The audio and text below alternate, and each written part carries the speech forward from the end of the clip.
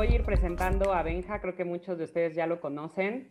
Benjamín es un Research Scientist en Google Brain, obtuvo un doctorado en Química y Ciencias Computacionales por Harvard, una maestría en Química por la Universidad de Valencia y es licenciado en Matemáticas y Ciencias de la Computación por la Universidad de Guanajuato. Hizo una estancia de investigación en la Universidad de Berkeley en California y fue científico investigador en Francia en 2014.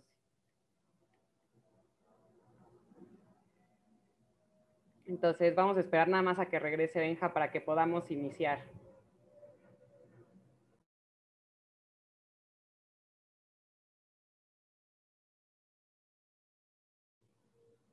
Adelante Benja, si quieres iniciar, ya estamos listos.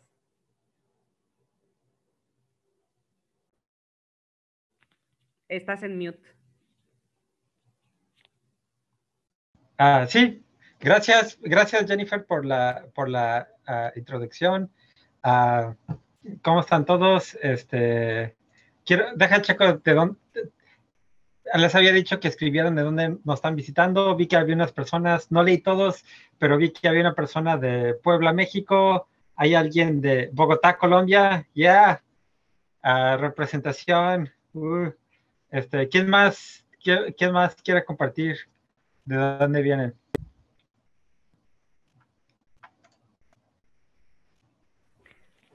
Igual y de los mensajes del chat hay gente de Veracruz, Guanajuato. Guanajuato, mira, Chihuahua, Estado de México, Guadalajara, Tijuana, no sé si alguien más falte. Quito, Ecuador. Diana es de Quito, Ecuador. Entonces, pues vamos a empezar. La idea de este taller es que sea básicamente como una mini intro a algunas maneras de pensar de inteligencia artificial. Lo vamos a hacer, es práctico, pero también es un poco como teórico. Vamos a ver ecuaciones matemáticas, pero no muchas, de hecho, solo 2 o 3. Y la idea es de que tratemos de entender qué significan y qué significa eso para cuando alguien dice estoy haciendo inteligencia artificial. Pero no solamente vamos a ver eso, vamos a ver algunos ejemplos muy concretos y y espero que les sirva a todos. Entonces, la idea es de que sea un espacio para que puedas como tratar de explorar y si eres un principiante, porque para eso es el taller, la idea es de que tengas como un espacio para hacer esas preguntas, ¿no? Entonces, sí, como dijo Jennifer, así se vale, y de hecho sería súper bueno que interrumpan y pregunten. Eso es súper bienvenido. Presento mi pantalla. Entonces tengo una mini presentación y tenemos 3 actividades que vamos a realizar durante la presentación, durante todo el taller. Ya estás como co-host, Benja. Gracias. Ok, pues vamos a empezar. Antes de todo, este es un poco el panorama de lo que vamos a hacer hoy. Un poco es hablar como el lenguaje y la historia y algunos ejemplos muy concretos.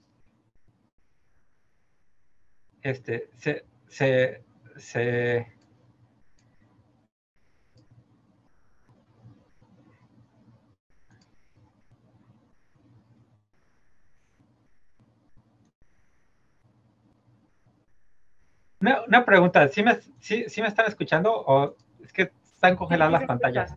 Sí, se escucha. Ok, perdón, es que se congeló una de las pantallas, estaba así de, oye, bueno, siempre es raro hacer cosas en línea, pero bueno, entonces vamos a seguirle.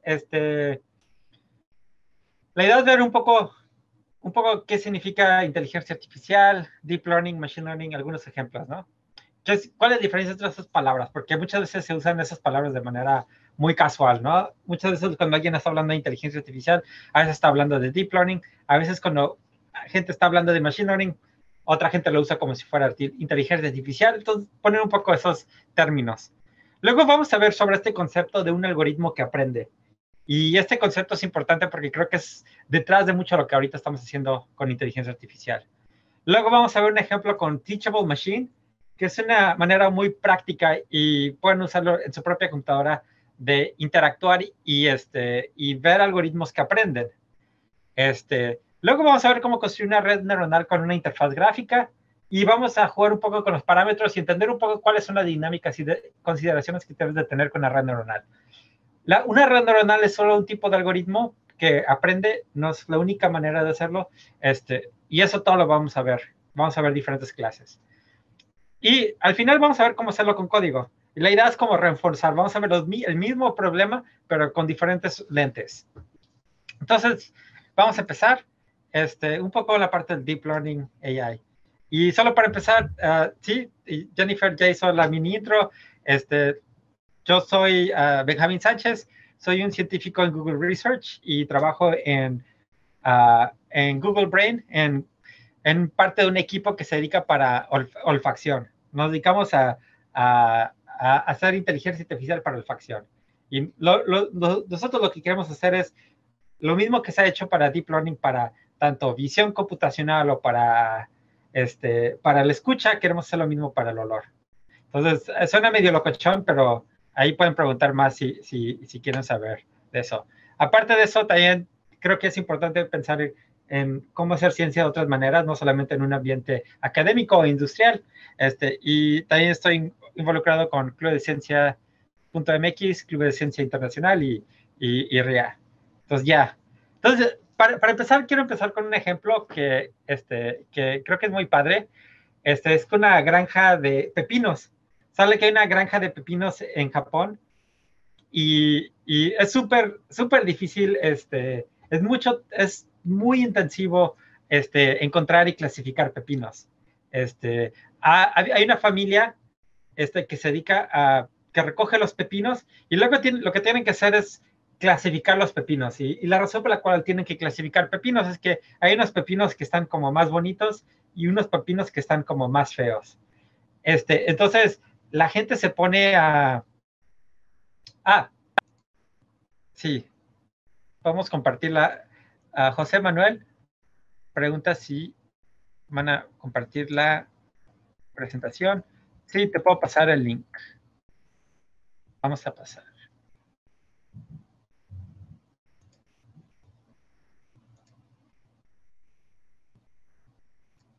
Entonces, si quieren seguir la presentación, ahí está.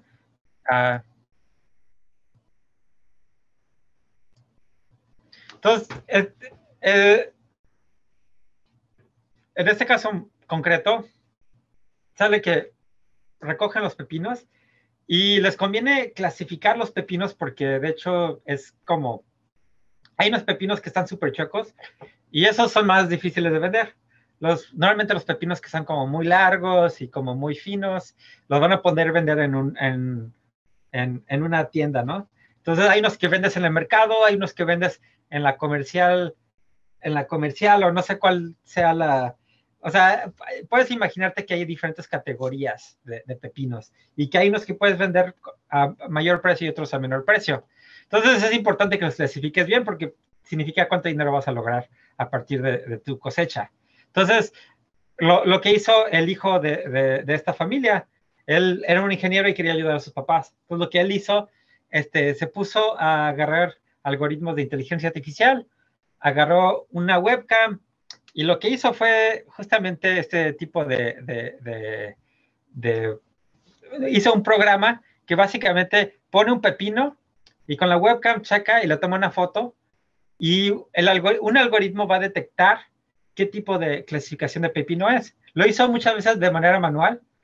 Entonces, y entrenó un algoritmo a que reconociera qué tipo de clase de pepino es y lo conectó con un Arduino y otras partes robóticas para que pudieras simplemente así como pones el pepino y solito lo clasifica. Entonces, creo que ese es como un ejemplo muy claro y muy aplicado de lo que puedes hacer un poco con inteligencia artificial. Y creo que también apunta a una de las preguntas de que a veces, tal vez eso realmente es inteligencia artificial, tal vez solo hice un algoritmo que detecta qué tipo de pepino es. Entonces, ese es un ejemplo. Otro ejemplo que creo que está muy padre, pueden encontrar este video donde alguien entrenó un algoritmo para encontrar a Waldo. Entonces, subió varias imágenes de Waldo, entrenó un modelo de clasificación y no tuvo que hacer nada de código, esto ya lo puedes hacer con muchos servicios en línea. Se entrena y luego entrenó un robot que tiene una manita y encuentra Waldo en cada uno de los libros, ¿no? Entonces detecta a todas las personas y luego detecta dentro de esas personas cuál es posible que Waldo lo toca, paz. Entonces es un ejemplo como chistoso de cómo usar esas técnicas. Y también de la misma manera puedes decir, bueno, eso tal vez no es inteligente, solo es un algoritmo que te está diciendo dónde están las cosas y ya, y lo conectas a un robot y ya. Entonces es un ejemplo. Otro ejemplo que también pueden encontrar es con Google Translate. Si alguna vez lo han intentado, pueden agarrar su celular. Y Google Translate tiene como una aplicación donde puedes, con tu propia cámara, traducir justamente el texto que se encuentra en ciertas cosas, ¿no? Yo estaba en Bulgaria hace unos meses, el año pasado, y no entendía búlgaro, entonces necesitaba sacar me ponía así como a hacer la traducción. Y no es una traducción perfecta, pero puede funcionar. Y algo importante es que hay varios componentes. Estás traduciendo de un idioma a otro. Tienes que reconocer el idioma, tienes que extraer el texto de una imagen, tienes que reemplazar el texto en esa imagen y todo lo estás haciendo, ¿no? Entonces ya es un sistema donde tienes múltiples componentes. Pedro tiene una pregunta.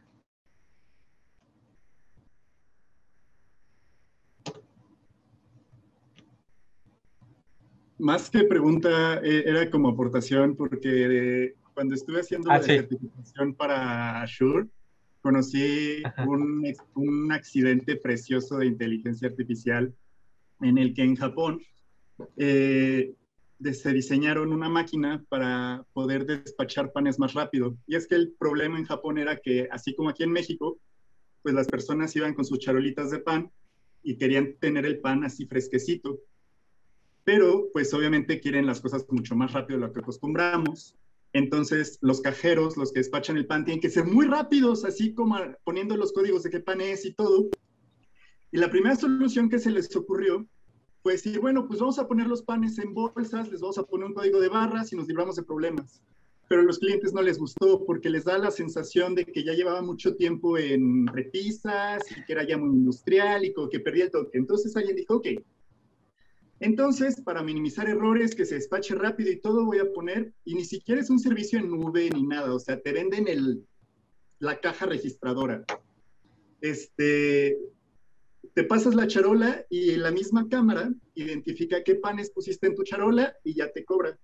Lo bonito no es eso, sino que un médico se le ocurrió usarlo para identificar tumores en ciertos, ¿cómo les dicen? ¿Scans? ¿MRIs? Sí, MRIs. Sí, esos son algunos tipos de scans. Ese algoritmo que se usaba para detectar qué tipo de pan, así muy de BuzzFeed, qué tipo de pan es, también se funcionó, esa misma aplicación la usaron para estudiar imágenes médicas. Ese accidente se me hizo bien bonito y les recomiendo mucho que lo busquen. Sí, sí, gracias por el ejemplo, Pedro. Sí, o sea, creo que vas a encontrar que hay como muchas aplicaciones que nos están impactando cada vez más, ¿no? Entonces, poquito a poquito vas a ver como cosas sucediendo, ¿no? Y mucho lo que está relacionado es esta idea de tener algoritmos que toman decisiones. Entonces, sí, entonces son unos ejemplos. Para ser más concreto, creo que vale la pena como definir estos tres áreas. Entonces, y esta no es una definición como muy concreta, no es algo que vas a encontrar en un libro, pero creo que nos va a ayudar. Entonces, inteligencia artificial es un poco como la ciencia de cómo hacer cosas inteligentes. Entonces, es un campo muy grande y donde lo que quieres hacer es hacer cosas inteligentes. El concepto de inteligencia es algo difícil de poner un nombre, ¿no? Entonces, depende de quién le preguntas, te van a dar diferentes respuestas. Machine learning son técnicas para aprender de los datos. Entonces, es una técnica que va a aprender de datos. Entonces, y tiene cierto sobrelape con inteligencia artificial. Y luego tenemos lo que es Deep Learning. Entonces, Deep Learning, de una manera así como muy vaga, puedes decir, son técnicas para aprender de manera holística. Entonces, hablaré un poco más de a qué me refiero a esa parte de holística, pero parte de la idea es que vas a poner un sistema que va a aprender de los datos automáticamente. O lo que a veces vas a escuchar en otros lados como end-to-end. Pones un sistema y dices cómo quieres transformar los datos y al final, y qué quieres obtener al final, y todo lo demás en medio se optimiza.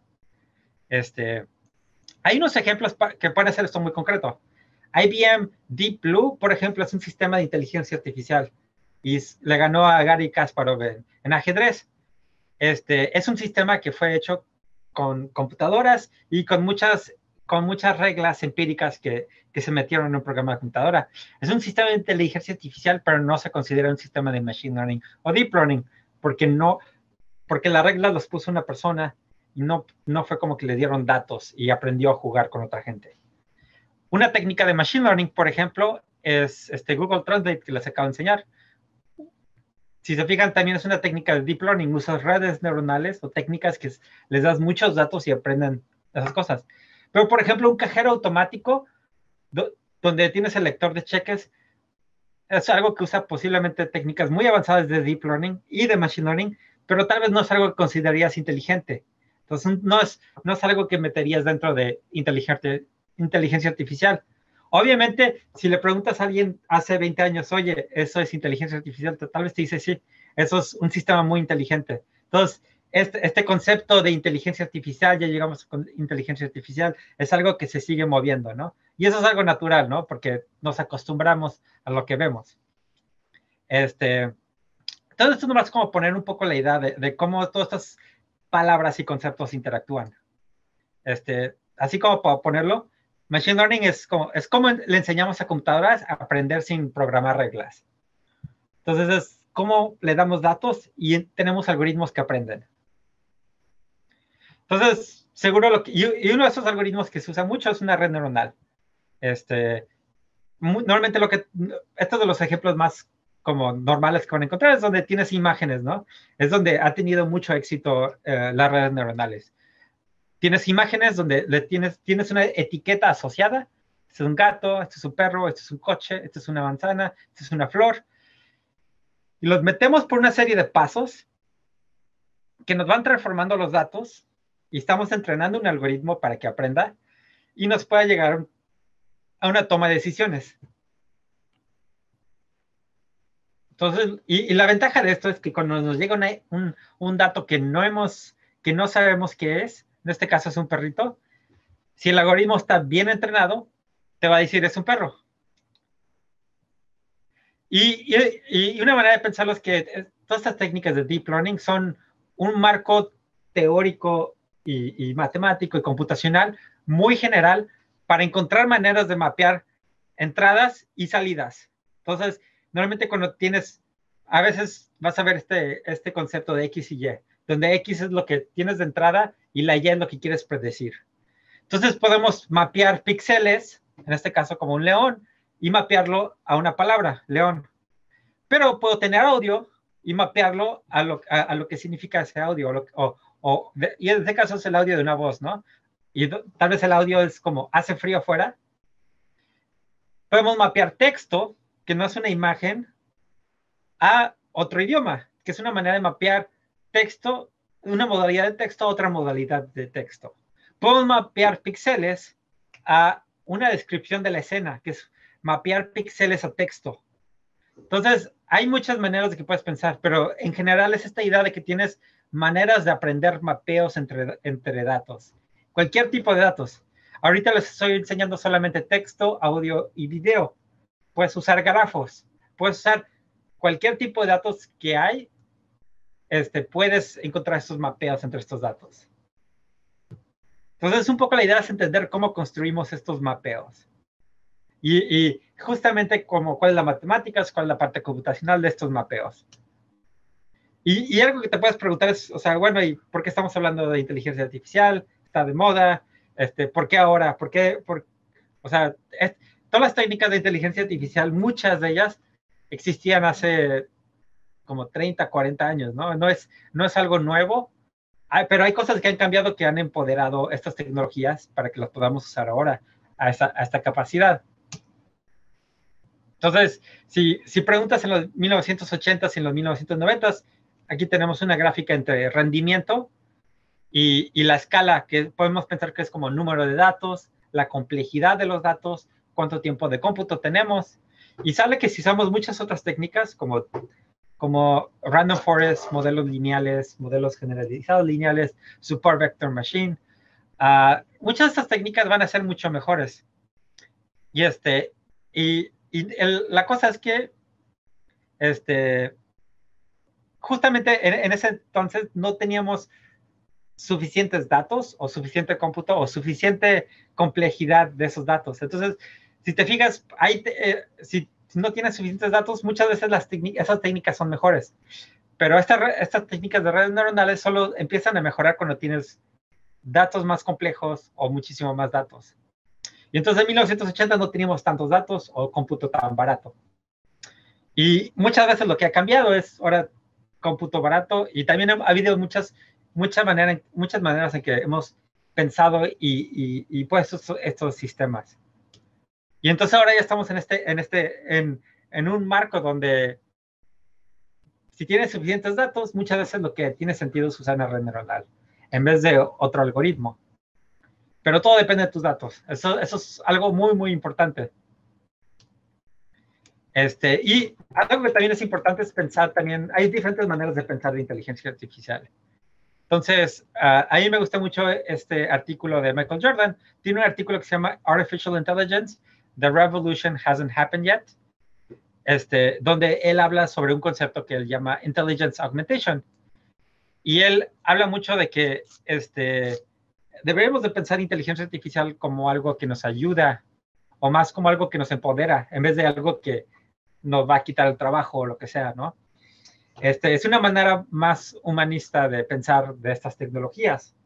Entonces, esa es una manera como muy simplificada de todo el artículo. Les recomiendo que lo chequen.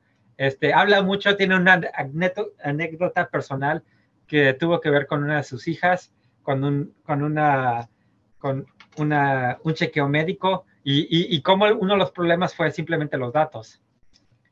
Otra postura también interesante, creo, es de Neil Lawrence. Neil Lawrence tiene este artículo que compara y habla justamente de este concepto de inteligencia. Tiene uno que se llama Living Together, Mind and Machine Intelligence. Él, por ejemplo, habla de que hay diferentes tipos de inteligencia. No es que inteligencia para una máquina sea lo mismo que inteligencia para un humano. Entonces, él habla de que, por ejemplo, las máquinas pueden hacer más cómputo y los humanos también pueden hacer cómputo, o sea, realmente la diferencia entre las inteligencias es un poco que esta razón entre cómputo y cuánto puedes comunicar. Los seres humanos no podemos comunicar tan rápido información. Toda la información la tenemos así en nosotros. Mientras que una máquina puede comunicar información súper rápido. Entonces, él habla mucho de no pensar en inteligencia como una sola cosa, sino que hay diferentes tipos de inteligencia. También, por ejemplo, hay un artículo de François Cholet, On the Measure of Intelligence, que habla mucho de, ¿qué necesitamos para llegar a inteligencia artificial? O lo que normalmente se conoce o piensa como inteligencia artificial general, que es como pensar como robots que pueden pensar y todo eso. No es claro si vamos a poder lograrlo o no. También puedes checar unas otras posturas hasta este concepto de singularidad de Ray Kurzweil, donde se supone que estamos en una curva exponencial y todo está mejorando y eventualmente nos vamos a convertir en robots o algo, no sé. Sí, o sea, lo pueden checar. A mí no me gusta mucho eso, pero creo que es bueno, es bueno mostrar que hay diferentes maneras de pensar estos conceptos. Y creo que es importante que los cheques y veas qué conceptos tienes más sobre el lápiz contigo, ¿no? Entonces, vamos a empezar ahora con un algoritmo que aprende. ¿Hay alguna pregunta hasta ahorita? ¿Cómo va todo? ¿Suavecito? Ok. Entonces, hemos estado hablando de inteligencia artificial, machine learning, deep learning. Vamos a ver en general, okay, ¿qué es este concepto? ¿Cómo realmente creamos estos sistemas que pueden aprender cosas? Entonces, para eso vamos al concepto de learning algorithms. Y creo que una definición muy útil es esta de este libro de Machine Learning de Tom Mitchell de 1997. Y tiene esta definición de qué es un algoritmo que aprende. Y él dice, un programa de computadora, está en inglés, pero lo voy a decir, lo voy a poner en español, ¿no? Un programa de computadora, se dice que un programa de computadora aprende de una experiencia déjalo digo en inglés porque está difícil traducir. A computer program is said to learn from experience E with respect to some tasks T and performance P. If its performance at task T is as measured by P, improve with experience E. Entonces, creo que es una manera como muy elegante de decir que es un algoritmo que aprende. Es básicamente un algoritmo que cuando tienes un problema, el algoritmo recibe experiencia y tengas una manera de medir si mejoró o empeoró. Y lo que quiero es que conforme más experiencia tenga el algoritmo, más va a mejorar conforme a la métrica que lo estás midiendo. Entonces, una manera de pensar esto y como ponerlo como ingredientes, y creo que es importante pensar en cualquier algoritmo que estamos viendo de Machine Learning, Deep Learning, inteligencia artificial, pensar, ok, ¿cuáles son estos ingredientes? Los 4 ingredientes que tenemos es la tarea o el task. O sea, que va un poco la pregunta, ¿qué queremos hacer? Y está relacionado con los datos. Entonces, ¿cuál es el problema que queremos resolver? ¿Qué es la toma de decisiones que queremos hacer? Entonces, es un poco como el marco teórico en cómo estamos poniendo el problema. Luego tenemos un modelo, que es el algoritmo, que es un poco cómo vamos a estructurar y cómo vamos a tratar de atacar este problema.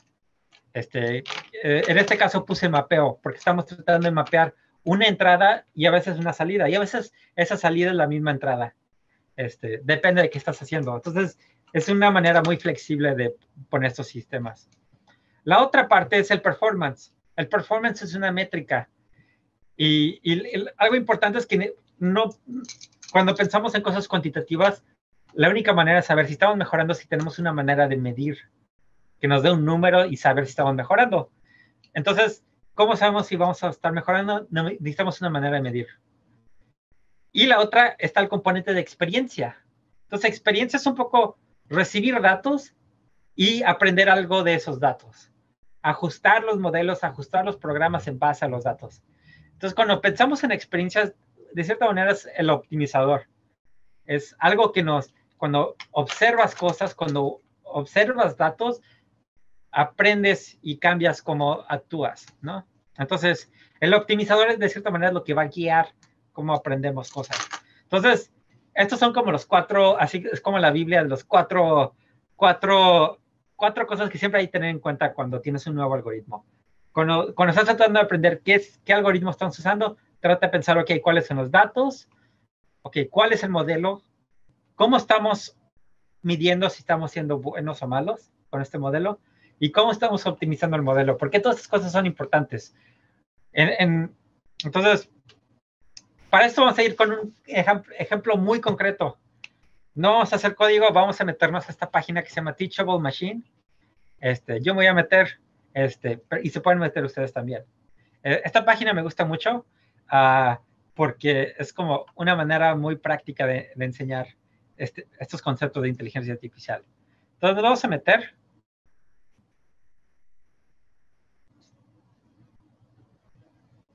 Entonces, y también me gusta porque no necesitas saber código, ¿no? Puedes meterte y hacer cosas. Entonces, con Teachable Machine puedes escoger varios proyectos. Yo voy a escoger un proyecto de imagen. Entonces, vamos a usar mira, tienen ese nuevo, esto no lo sabía. Todo lo que vamos a hacer con este algoritmo, con Teachable Machine, es vamos a crear datos. Entonces, lo que podemos hacer, vamos a crear una manera que podemos crear datos, por ejemplo, es usar nuestra webcam. Entonces, lo voy a dejar a Google que vea mi webcam. Chale, ya pueden ver mi pantalla verde. No.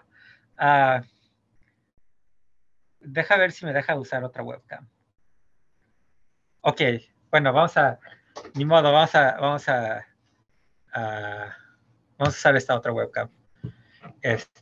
Ya, se va a perder la magia, pero sin problemas. Entonces, por ejemplo, puedes crear un clasificador de ver que clasifiques si estás enojado o no, ¿no? Entonces voy a poner como si estuviera enojado.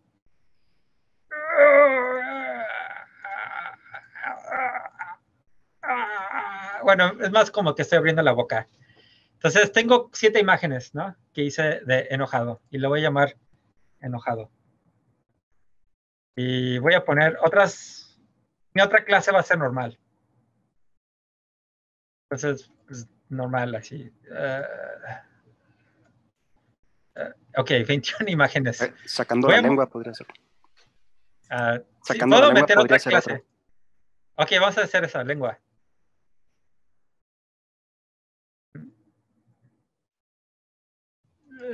Lengua. Ok, yo tengo imágenes, tengo datos. Los acabo de crear con mi webcam. Voy a entrenar un modelo. Entonces, mi modelo tiene. El problema va a ser. O sea, el task es, quiero predecir, estoy enojado, estoy normal o estoy sacando la lengua. Voy a entrenar un modelo con estos pocos datos que tengo y ahorita está entrenando, está analizando los datos. Vamos a ver al rato qué significa esto, cuáles son los algoritmos que están haciendo, pero es lo que está pasando ahorita. Está entrenando, entonces dice, no, toma tiempo entrenar. Entonces estamos entrenando el modelo. Ahí va. Y de hecho podemos exportar modelo. Entonces esto lo puedes meter en un Arduino, lo que tú quieras. Hay muchas maneras que puedes interactuar con esto. Pero ahora ya tengo mi entrada y puedo, entonces, por ejemplo, ahorita el modelo está diciendo que estoy sacando la lengua. Que está mal, ¿no? Bueno, ahorita a ver. No. Sí, ahorita está diciendo que estoy sacando. Pero un poco como si estuviera enojado. No está funcionando muy bien. Deja saco la lengua de verdad. Creo que es un poco difícil con el fondo verde, pero vamos a hacer un cambio, vamos a hacer un ejemplo más sencillo. Entonces, vamos a, lo que vamos a entrenar y vamos a resetear. Vamos a entrenar un algoritmo para detectar si existe push-in o no. Pues tengo este push-in de Navidad. Vamos a ver si lo puede. Entonces, vamos a hacer primero sin push-in. Entonces, vamos a tomar una foto. Entonces, normal. Estoy tratando de cubrir todo. Entonces, tengo 100 fotos. Sin push-in. Entonces, voy a poner push-in. Entonces, aquí tengo push-in. Aquí tengo push-in, push-in, push-in, push-in, push-in, push-in, push-in, push-in, push-in, push-in. Ok, ya tengo varias fotos de push-in. Entreno el modelo. Push-in es, si no lo conocen, push-in es como un gatito. Pero esta es la versión navideña de push-in. No sé por qué lo tengo, pero lo encontré cuando estaba buscando ejemplos. Entonces, vamos a ver si nuestro clasificador puede entender si es push-in o no. Entonces, algo que hay que estar pensando es que estos clasificadores, o sea, eso es como algo, mira, aquí está detectando no hay push-in, pero empieza a ver push-in, órale, ya, ahí está push-in, 100%, ¿no? Si ven push-in, mira, órale, vamos a ver. Push-in, mira, ahí está, al revés. Ok, más o menos, ¿no? Le cuesta trabajo si push-in está al revés. Aquí no, aquí sí. Push-in, ok. Entonces, detecta que está haciendo push-in. Entonces, a ver, Christopher dice, ¿se puede subir imágenes de un gráfico de pie en donde grafica diferentes productos y determinar cuál es la prioridad de que prevalezca algún producto. Sí, sí. O sea, cualquier cosa, todas estas herramientas son muy generales. Entonces, si es el problema de tengo imágenes y quiero tomar una decisión, una clasificación, sí lo puede hacer. Para esta cosa en particular, Teachable Machine, lo puedes hacer para probar las ideas, pero si después realmente lo quieres meter en un producto o una industria, creo que conviene mejor entrenar tu modelo y hacer más trabajo. Una pregunta importante, el algoritmo que tenemos entrenado, ¿sabe qué es un push-in? Escriban en el chat o respondan. O ¿por qué el algoritmo puede encontrar o determinar si este es un push-in o no? ¿Alguna opinión? Por ejemplo, Lorena, ¿tú qué dices? Yo creo que no sabe exactamente qué es, solo lo identifica como algo diferente. Uh-huh. Como si estuviera mapeado. La verdad no conozco muy bien cómo decirlo, de la terminología, pero eso es lo que yo creo. Ese es un buen punto.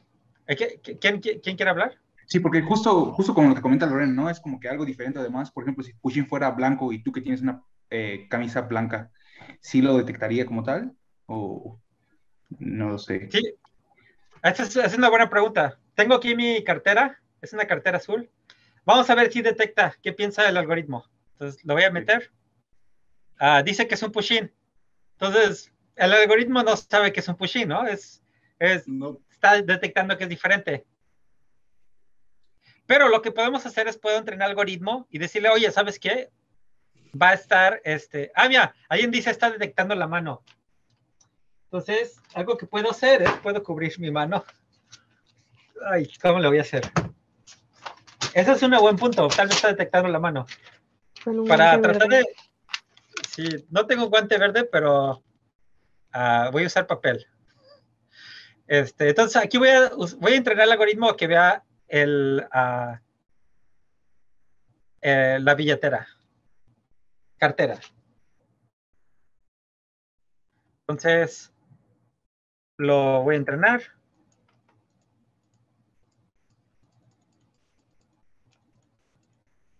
Y de hecho, lo que podemos hacer es también lo podemos entrenar con la mano. Entonces, el algoritmo ve cuando hay una mano y cuando no hay una mano.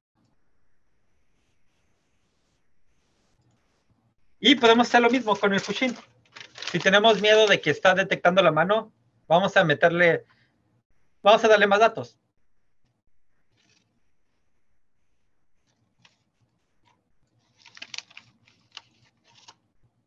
Entonces, volvemos a entrenar el modelo. Entonces, vamos a ver. Entonces, tal vez ahora el modelo va a poder tratar de, si le doy mi cartera, tal vez ya sabe que hay una cosa diferente, ¿no? ¿Cuáles son los problemas que pueden encontrar si estamos haciendo esto, no? Cada vez que le meto algo nuevo, tengo que entrenar el modelo y tengo que darle nuevos datos. ¿Qué interpretarías si nada más le enseñas tu cartera o el objeto y tú te logras salir del cuadro? Eso no sé, ¿eh? Ya, vamos a ver. Aquí detecta la cartera, ¿verdad? Ok. ¿Detecta el push-in? Sí, sí. Esa es una buena pregunta. Vamos a agarrar otro objeto. Tengo estos audífonos Bose azules. ¿Qué va a pensar que es? Piensa que es la cartera, ¿no? Según esto es una cartera. Sí. Entonces, ahí es importante pensar, ¿el algoritmo está detectando que es una cartera o es solamente azul? Tengo aquí un tomate, ¿no? Entonces, podrías pensar que se parece un poco al push-in. Dices, ok, piensa que es push-in, ¿no? Entonces, esto es lo que se conoce de inteligencia artificial, es como ejemplos adversariales. Pensamos que nuestros algoritmos hacen ciertas cosas, pero realmente están encontrando correlaciones que se encuentran en los datos, porque en este caso entrené mis algoritmos con ciertos datos, y los algoritmos pueden encontrar maneras de maximizar en este caso los algoritmos tienen que maximizar una métrica, ¿no? Y pueden encontrar muchas maneras ingeniosas de maximizar métricas. ¿Alguien tiene alguna idea de por qué de algunas cosas que pueden salir mal cuando tenemos este tipo de algoritmos? ¿O ha escuchado algunos ejemplos?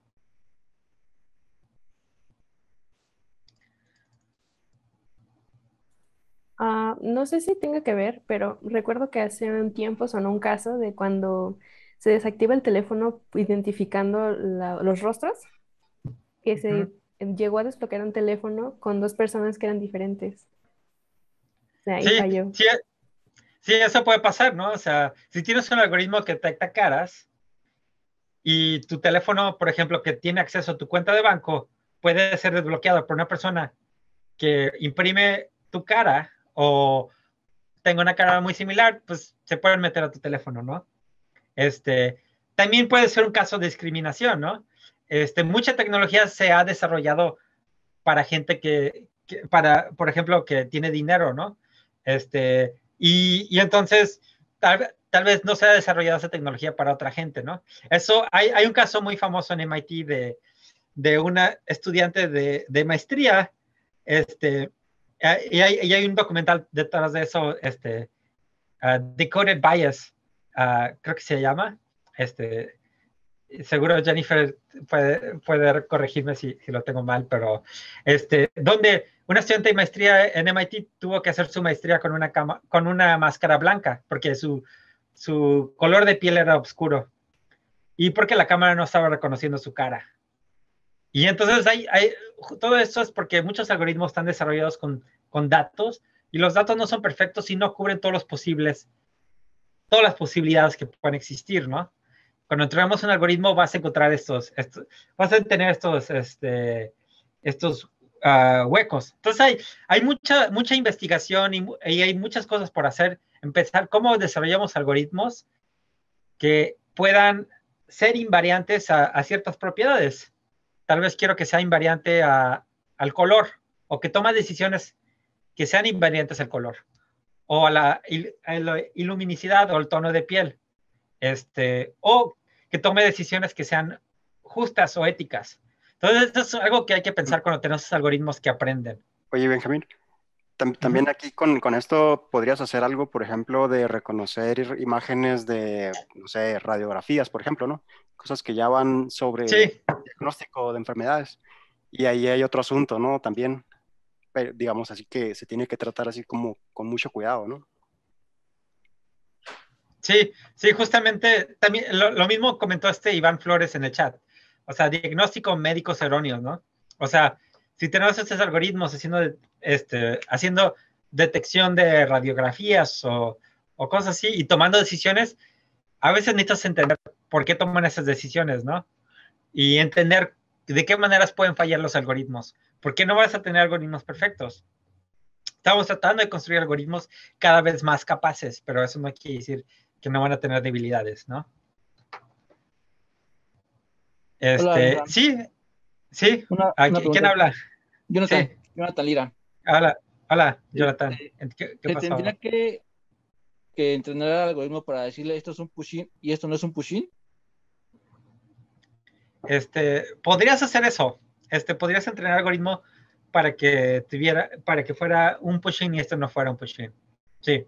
En general, quieres entrenar el algoritmo con los más datos que puedas, ¿no? Entonces buscarías varios ejemplos de no pushing, tal vez rotas la cámara, tal vez cambias un poco la luz, tratas de hacer todo lo que puedas para que sea diferente, ¿no? Ok, gracias. Sí. ¿Alguna otra pregunta? ¿Hasta aquí?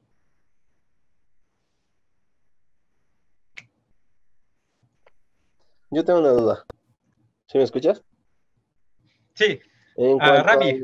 sí, en cuanto a lo del entrenamiento, ¿qué tan factible es, por ejemplo, tus muestras, hacer un algoritmo que sea subentrenado o sobreentrenado?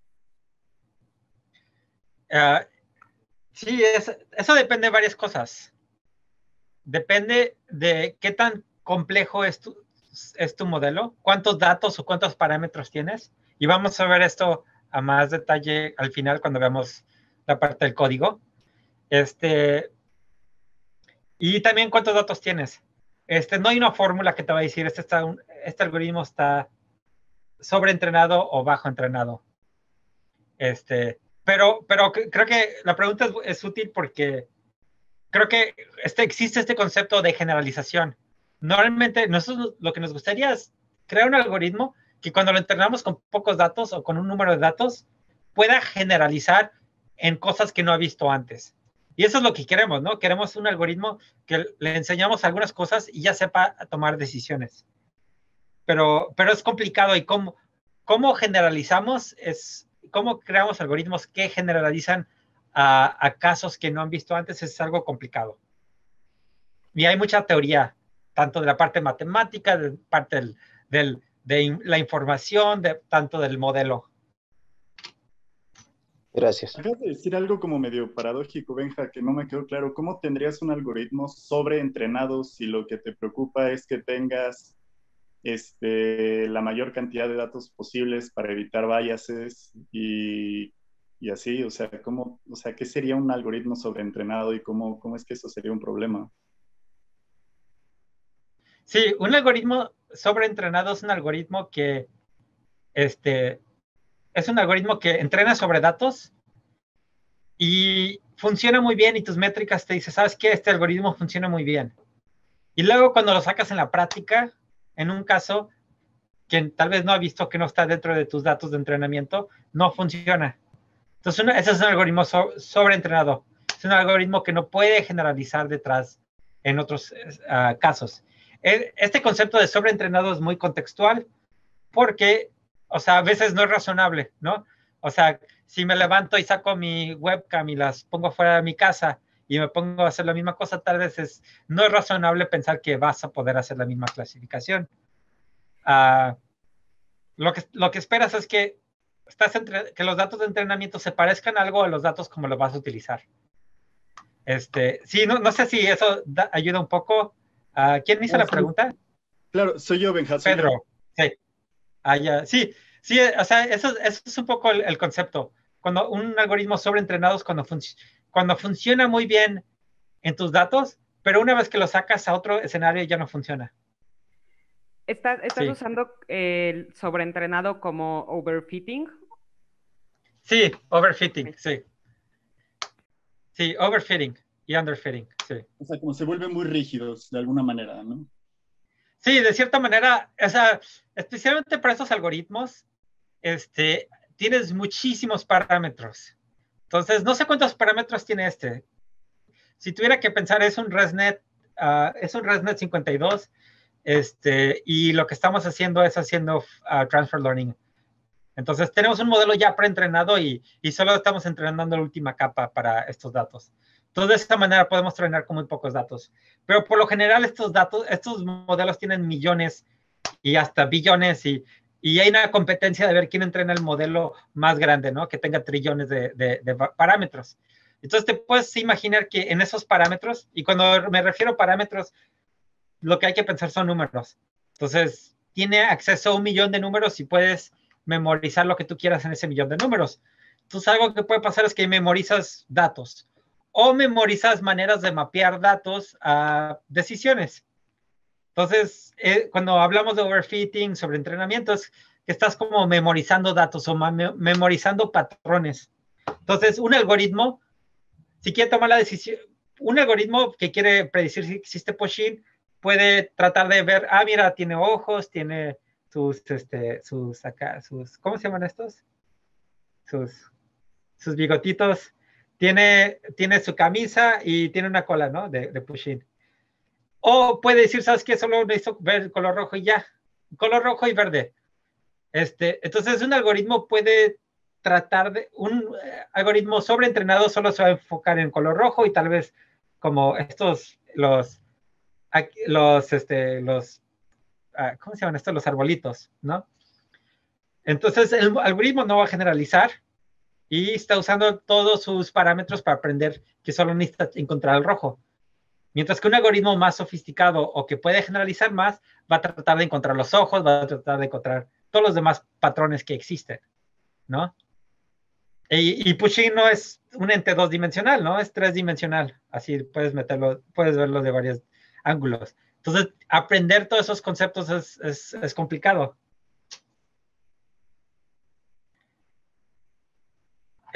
Ok, vamos a seguirle. Entonces, eso fue con Teachable Machine. Recomiendo que se lo chequen y se metan, o sea, puedes meterte a ideas muy profundas sin tener que meterte a hacer código. Entonces, vamos a ver, vamos a regresar a la presentación. Entonces, algo que les dije es, ok, ¿cuál es la tarea? ¿Cuál es el modelo? ¿Cuál fue el performance? ¿Y cuál fue la experiencia?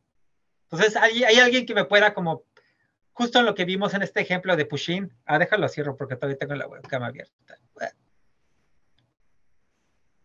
Justamente en este ejemplo, ¿alguien me podría decir cuáles fueron los 4 ingredientes? ¿Quién se anima? A ver, Rosa, ¿cuál crees que son los 4 ingredientes?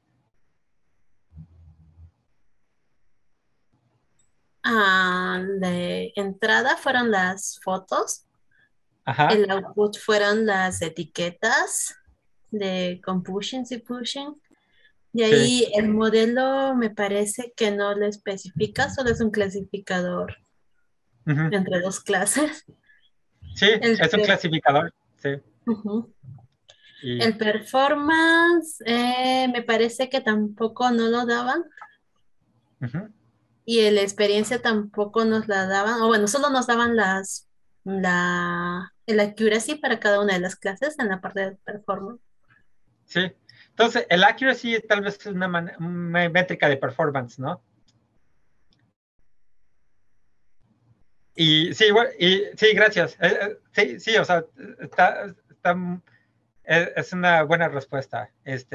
Sí, en este caso, la tarea es, tenemos los inputs y los outputs, las imágenes y las etiquetas, y queremos hacer mapeos de la webcam a las etiquetas.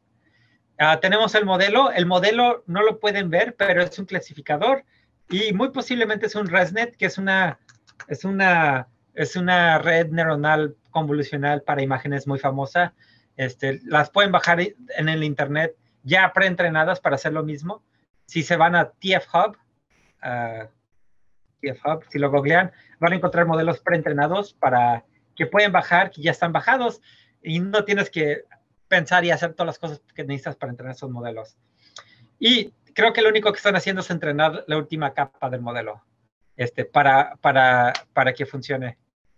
La otra cosa es el performance. Estamos midiendo qué tanto le atinamos. El modelo, cuando se está entrenando, está viendo qué tanto le atina, hace sus predicciones y checa cuánto se parece a los labels, a las predicciones que yo le di. Y la experiencia no lo vimos, pero vieron que estaba entrenando por un momento, ¿no? Había un optimizador detrás de eso mejorando el modelo con los datos que le dimos. Entonces, esos son los 4 ingredientes para este ejemplo.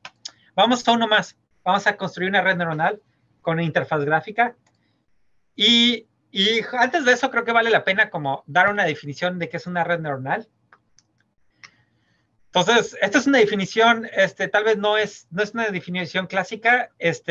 Creo que a veces cuando la gente piensa en redes neuronales, piensa en las células las células que tenemos en el cerebro, ¿no? Y está inspirado en esta idea, pero creo que ha crecido mucho más fuera que ese concepto. Entonces, creo que una manera más concreta de pensar de redes neuronales es no pensar tanto en el cerebro, sino pensar en lo que son transformaciones parametrizadas y optimizables. Entonces, vamos a tratar de entender qué significa cada una de esas palabras. Entonces, a ver, así nomás repitan. Redes neuronales son transformaciones parametrizadas y optimizables. Y la cosa extra es que las podemos optimizar para lo que queremos aprender. Entonces, quiero darles un ejemplo. Y aquí es donde vamos a tener ecuaciones. Entonces, mi modelo favorito para atacar cualquier problema, antes de meterte con redes neuronales, siempre vale la pena usar un modelo lineal, porque te va a dar una idea de qué tan difícil es. Entonces, un modelo lineal lo puedes pensar como una red neuronal. Es una red neuronal muy sencilla, no es una red profunda, Y una red neuronal la podemos ver como una red de una sola capa. La capa es lineal. Entonces le das una X y te va a dar una Y. Y lo que significa esta capa lineal, esta transformación lineal, es realmente una matriz. Es una multiplicación de matriz de nuestra X y le sumamos un vector que se llama B, que es el bias, con la B. Y cuando hacemos regresión lineal, lo que estamos tratando de hacer es mapear X a Y. Tenemos nuestros datos de entrada y estamos tratando de convertirlos a estos datos de salida. El modelo es lineal. El performance, para saber si nos está yendo bien o mal, usamos algo que se llama mean square error, que es el error de tu predicción con los datos de verdad, al cuadrado. Sacamos el cuadrado porque queremos que sea una métrica. Eso es algo más técnico, pero no se preocupen. Para cada diferente tipo de problemas va a haber una métrica asociada. En particular, puede ser una métrica o puede ser lo que también se llama una función de pérdida. Y la experiencia, la manera la experiencia, la manera en que aprendemos es con un algoritmo que se llama descenso de gradiente. Y de hecho, para regresión lineal lo puedes resolver de manera analítica. Entonces, ni siquiera necesitas descenso de gradiente. Aquí, cuando hablo de parámetros, estoy hablando de la matriz W y del vector B. Entonces, la transformación es justamente la operación. Es cómo convierto un dato en otro dato. Y entonces, sí, entonces, eso es algo para tener en mente, ¿no? Es cómo convertimos un dato en otro dato. Entonces, por ejemplo, algo que hay que estar pensando es como, estamos creando mapeos, entonces tenemos una dimensionalidad para nuestros datos y estamos tratando de mapear la otra dimensionalidad. Entonces, vamos a indagar en este concepto más a profundo, pero antes de eso, solo copio las otras ecuaciones que parece que no se actualizaron. Entonces, este es el modelo lineal. Vamos ahora a pasar a... Ahí está. Hago este cambio.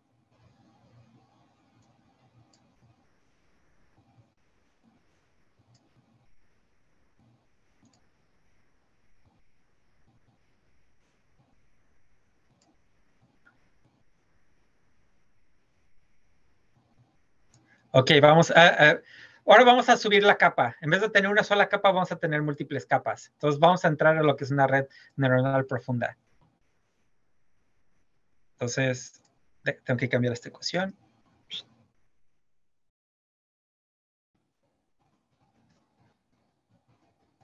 Entonces, vamos a ver lo que es una red neuronal de una sola capa.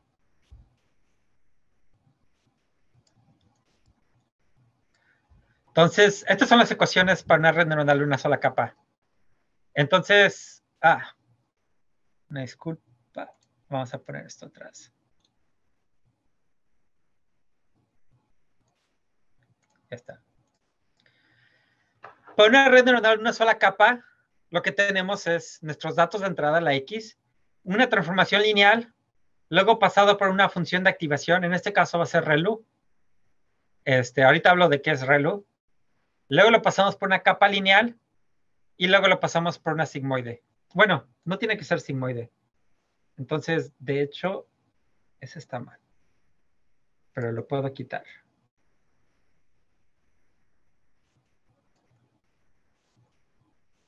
Entonces, copio bien la ecuación. Entonces,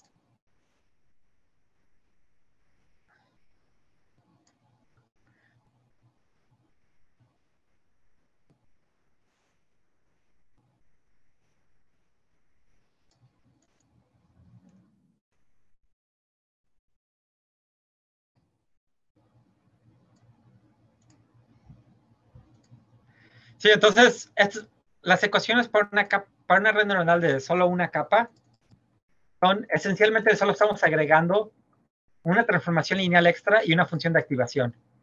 Entonces, la parte que se llama una capa es tal vez esta transformación aquí. Entonces, una manera de pensarlo es esta idea de representation learning. Esta es una palabra que tal vez van a ver mucho en la literatura de deep learning.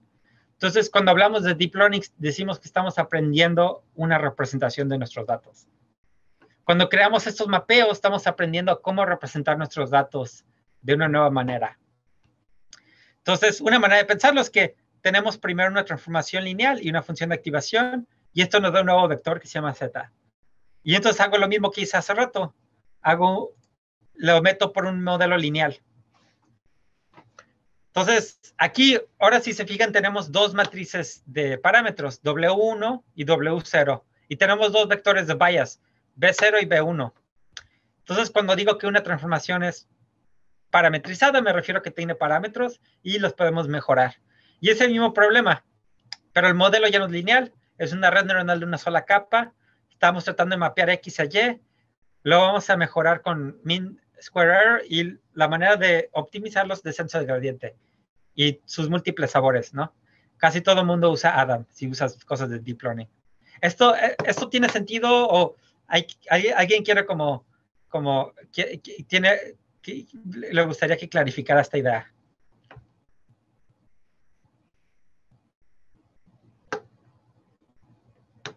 ¿Hay algo que no quedó claro?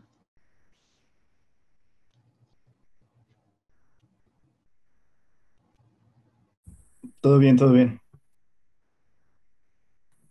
Hola, yo tengo una duda. Hola. Si si me estás diciendo que es de una capa, ¿hasta cuántas capas puedo tener? Ok, entonces Priscila pregunta, esta es una red de una capa, ¿cuántas capas puedes tener?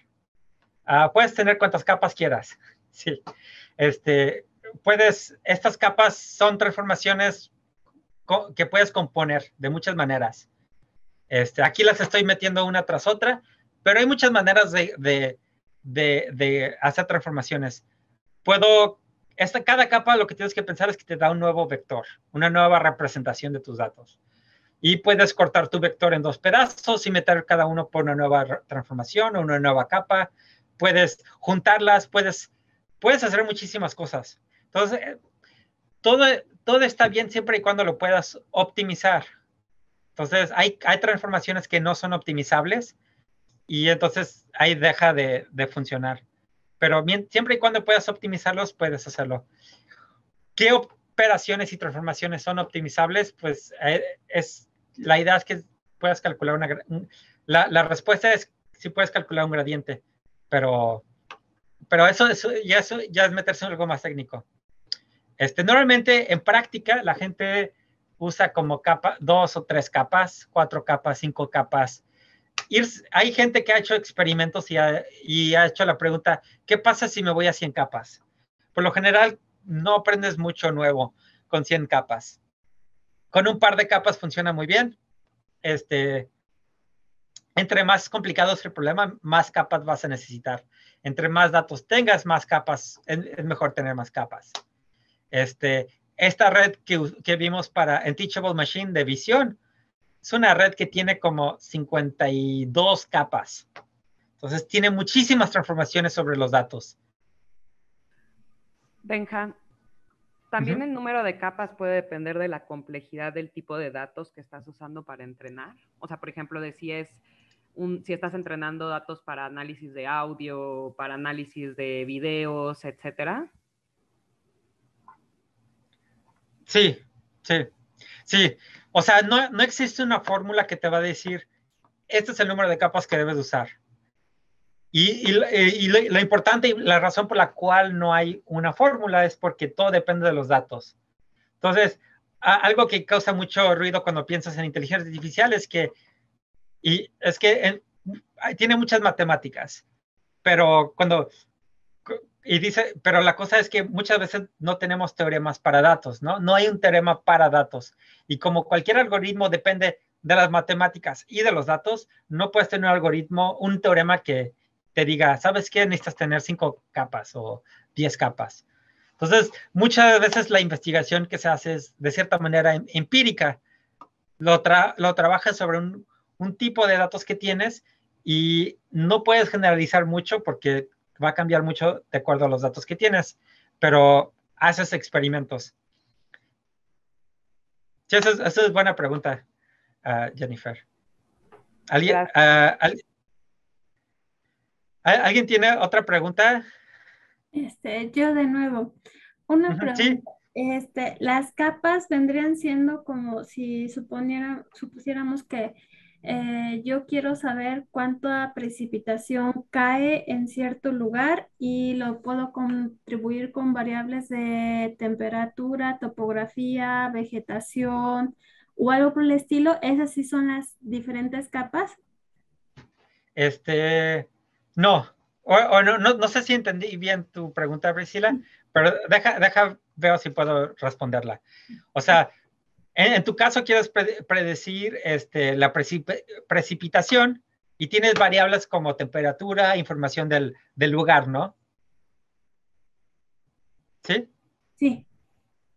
Entonces, normalmente esta información que tienes de entrada es la información que vas a pensar de entrada. Es tu input. Las capas, o sea, y puedes hacer muchas cosas. Puedes tener una capa para cada una de esas fuentes de información y luego en algún momento las juntas todas y las metes para predicción. Las puedes juntar desde el principio. Entonces, estas fuentes de información que tienes las concatenas en un vector y luego le metes por unas capas de una red neuronal. Y luego llegas a tu predicción de la precipitación. Entonces, sí, o sea, lo que digo es como, hay muchas maneras de construir redes neuronales, es una manera muy flexible de construir algoritmos. Entonces, hay muchas maneras de hacerlo y el concepto de cuántas capas depende mucho del dominio que estás.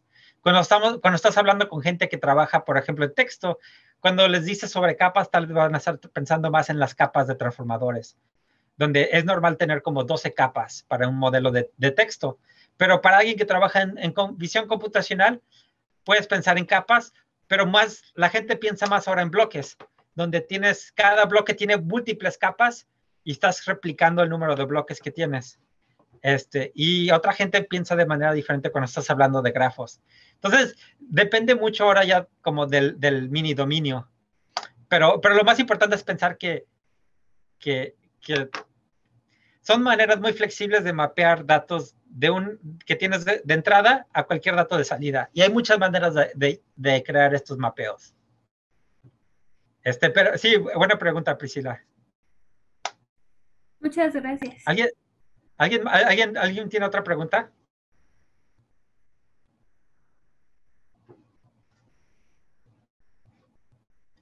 Entonces, algo que les diría es, cuando piensan en redes neuronales, no piensen que tenemos estas neuronas que están en matrices y están aprendiendo cosas.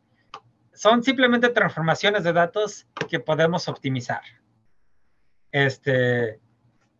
Hay, por ejemplo, en optimización de algoritmos de computadora, existe un algoritmo que se llama Swarm Optimization, que está inspirado en en cómo trabajan muchas hormigas. Eso, simplemente porque es un algoritmo inspirado en la biología, no quiere decir que realmente es así como funciona. Está simplemente inspirado ya. Hacer analogías de cómo aprendemos es complicado. Pero sí es un campo de estudio y hay gente que hace esas conexiones. Entonces, ese es el primer paso.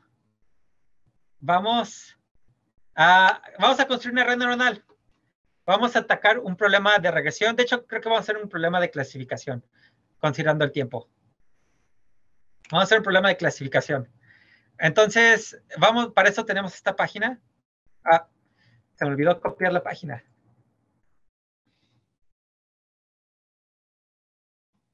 Lo voy a copiar en el chat.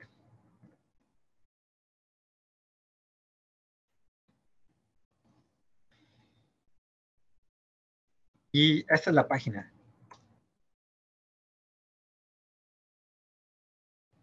La manera más fácil de escribirlo es playground.tensorflow.org. Déjalo, pongo en la presentación.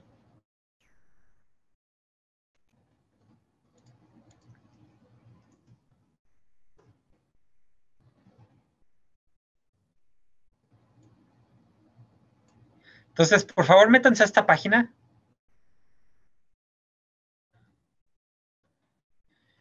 Y esto es un visualizador interactivo de redes neuronales. Vamos a poder entrenar redes en su propia computadora, y vamos a poder ver cómo las redes están aprendiendo a mapear estos datos. Entonces, esta es la interfaz que tenemos para construir redes neuronales. Y el problema que queremos resolver es un problema dos-dimensional. Tenemos puntos azules y tenemos puntos naranjas. Y lo que queremos encontrar es una manera de decir si un punto es azul o es naranja. Entonces, a ver, pueden ver mi mouse, ¿verdad? Sí, Benja, se ve sí. el mouse. Ya, si yo, imagínense que tengo un nuevo punto donde está mi mouse. ¿Cómo lo clasificarían?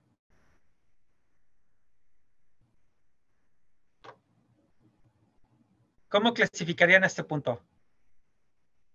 Voy. ¿Como azul? Azul. ¿Por qué azul? Pues porque el diámetro interior parece ser que es de los azules y a partir de cierto diámetro parece ser que pertenecen los naranjas.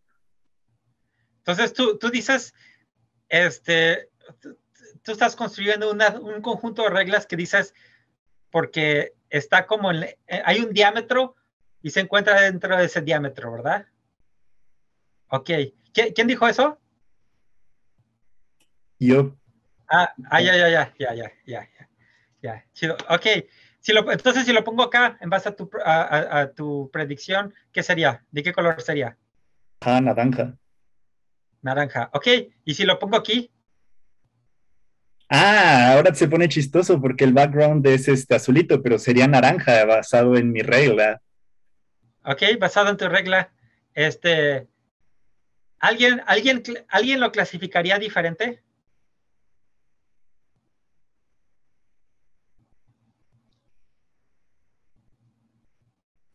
No, creo que no. Mireya dice es de los dos. Creo que ese es un buen punto. También puedes clasificar cosas como, ¿sabes qué? No voy a tomar una decisión. Entonces, esto es también eso es un campo abierto de Machine Learning, de cómo reconocer cuando no estás en un campo, cómo reconocer cuando tus datos ya están fuera de lo que has observado. Y esto es lo que se llama out of distribution detection, out of distribution data, o una manera también de pensarlo es cuantificación de incertidumbre. Es como muchas veces estamos tratando de construir modelos que también sepan cuándo no hacer decisiones. Entonces, aquí no hay problema si decidimos mal, pero si tienes un algoritmo en un coche, tal vez sería bueno que el coche te dijera, ¿sabes qué? No puedo tomar decisiones ahorita, estoy teniendo una crisis, ayúdame, ¿no? Eso estaría bueno.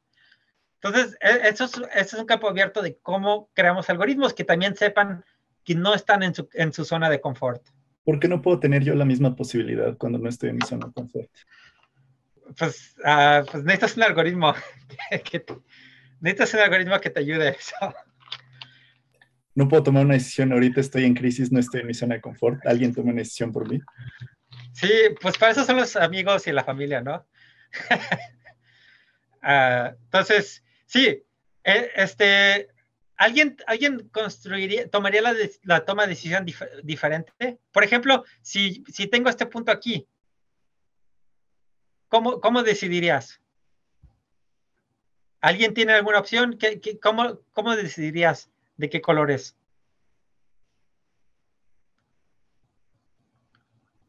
Yo dejé de ver tu mouse, Benja. ¿En dónde está el punto? Está aquí en medio del naranja y el azul. ¿Ya no lo ven o sí lo ven? Sí, ya se ve. Sí. ¿Cómo decidirían ese punto? Pues justo con como está la agrupación de los datos, es como ver el color que está más cercano, ¿no? De los dos. Sí. Sí, justo de hecho este algoritmo esta manera que como decidió Manuel, él dice, ¿sabes qué? Me voy a buscar el punto más cercano y tomo la decisión en base al punto más cercano. Ese algoritmo en sí, hay un nombre para este tipo de algoritmo, se llama K-Nearest Neighbors, donde te agarras a los vecinos más cercanos y tomas la decisión en base a los vecinos. El algoritmo que habían descrito en base a distancia, eso es la idea central detrás de métodos de kernel. Los algoritmos de Support Vector Machine y procesos gaussianos usan distancia y toman decisiones en base a distancia. Las redes neuronales funcionan un poco cortando, bueno, antes de las redes neuronales, los algoritmos de Random Forest y de árboles de decisión cortan todo el espacio en pedazos. Y dicen, si está en este pedazo es esto, si está en este otro pedazo es esto. Hay ciertos espacios que son más fáciles de cortar y otros más difíciles. Las redes neuronales lo que hacen es transforman el espacio. Entonces, las transformaciones lineales son cosas que nos ayudan a transformar el espacio y transforman el espacio de tal manera que podemos luego pasar una línea y decir está de este lado o del otro. Entonces, estos espacios de los que estoy hablando lo pueden ver aquí. Este es el espacio de la primera neurona, o mejor dicho, la primera dimensión. Este es el espacio de la segunda capa. Entonces, tenemos varias maneras de mover. Podemos subir el número de capas a la red. Entonces, aquí no tengo capas, es un modelo lineal. Puedo entrenar un algoritmo con este modelo lineal. Primero lo voy a poner en sigmoid. Y lo voy a poner a entrenar. Entonces, el modelo lineal en este caso no le ayuda mucho. Es bastante malo. Pero puedo subir el número de capas. Entonces, ahora tengo una capa con 2 neuronas. De hecho, en función de activación vamos a poner ReLU. El algoritmo ahorita está recibiendo 2 dimensiones de entrada, la posición X y la posición X1 y la posición X2 de cada dato. Entonces, solo tiene información 2-dimensional. Pero le puedo dar más información. Le puedo darle el cuadrado de cada dimensión. Le puedo dar multiplicación de cada dimensión. Le puedo dar el seno de cada dimensión. Y cada una de estas cosas son transformaciones que me dan más posibilidad de tener nuevos datos. Entonces, es una técnica muy común dentro de Machine Learning, inteligencia artificial, de que tienes datos originales, no tienes muchos datos, pero lo que haces es te creas estos datos artificiales, que son simplemente transformaciones de tus datos, pero son transformaciones fijas, no optimizables. Pero hay maneras de hacerlas optimizables. Entonces, en este caso tengo una capa de 4 neuronas, le puedo poner más neuronas y le puedo poner tengo un algoritmo de entrenamiento, creo que es descenso de gradiente, pero puede ser Adam o algo. Y lo voy a poner a entrenar. Y aquí podemos ver que el algoritmo ya aprende a encontrar, construye básicamente como un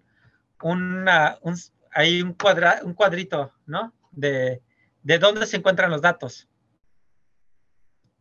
Entonces, si te fijas, la primera dimensión está aprendiendo a cortar el espacio en un lado, la segunda está cortando el otro lado, y el algoritmo las junta todas y esa es su barrera de decisión. Entonces, la red neuronal es lo que está haciendo. Está aprendiendo en cada dimensión cómo mapear los datos a esa dimensión y luego juntando esas decisiones. Si le subo otra capa, vamos a hacer varias, vamos a ver que la barrera de decisión va a ser más como suave. Porque ahora ya podemos como suavizar cada uno de los pedacitos, ¿no? Y entonces cada una de las dimensiones de estas transformaciones, o lo que se llama neuronas, se están especializando en diferentes partes de los datos. Entonces, este es un problema súper fácil. A puro ojímetro puedes ver cómo solucionarlo. Vamos a ver, este también es muy fácil. O sea, nomás necesitas una línea que los separe, ¿no? Entonces, de golpe, luego el modelo aprende, ¿no? Algo que hay que darse cuenta es que el modelo no va a aprender la línea exacta, ¿no? El algoritmo solo tiene que, para ser bueno, solo tiene que aprender a dividir los datos. Pero cuando te llegan nuevos datos, ¿quién sabe cómo va a ser? Entonces, alguien podría encontrar algo malo en esta barrera de decisión entre cosas naranjas y azules, ¿no? Porque no está directo a la mitad, sino está más como, así como curveado. Y de hecho, lo que va a pasar es, si reinicio mi algoritmo, tal vez va a encontrar una solución diferente. Entonces, esto es algo que pasa. Solamente es el mismo algoritmo, pero solo optimizándolo diferente o cada vez que inicializamos los datos o la red neuronal, estamos como creando números aleatorios para la red. Entonces es un fenómeno que encuentras en redes neuronales. Creas números aleatorios y cada uno te va a dar soluciones diferentes. Entonces eso es algo que va a pasar. Entonces cuando la gente habla de reproducibilidad y replicabilidad, está hablando de este problema de que puedes tener el mismo algoritmo, pero cómo le das números aleatorios a tu algoritmo va a cambiar cómo encuentras soluciones. Entonces, esto es un ejemplo, pero vamos a ir al ejemplo difícil, que es el ejemplo espiral. Entonces, aquí les va el reto, a ver quién lo puede resolver.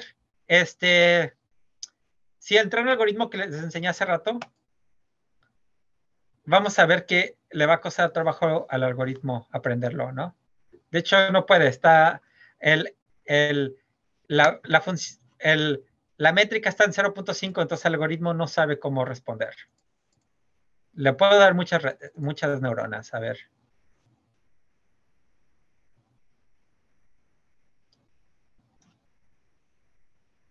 Entonces, no está ayudando.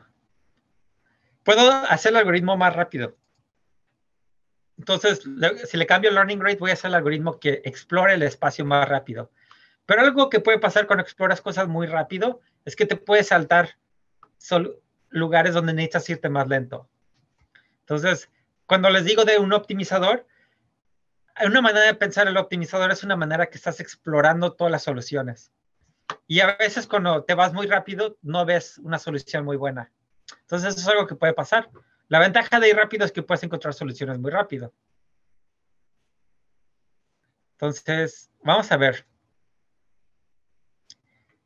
Ok, esto como que ya empezó a encontrar algo, ¿no? Como que ya ahí, o sea, si se fijan, nomás no cambié el modelo, pero solo cambié un poco qué tan rápido aprendí. Y como que no encontró algo totalmente bueno, pero está encontrando una solución que le ayuda, ¿no?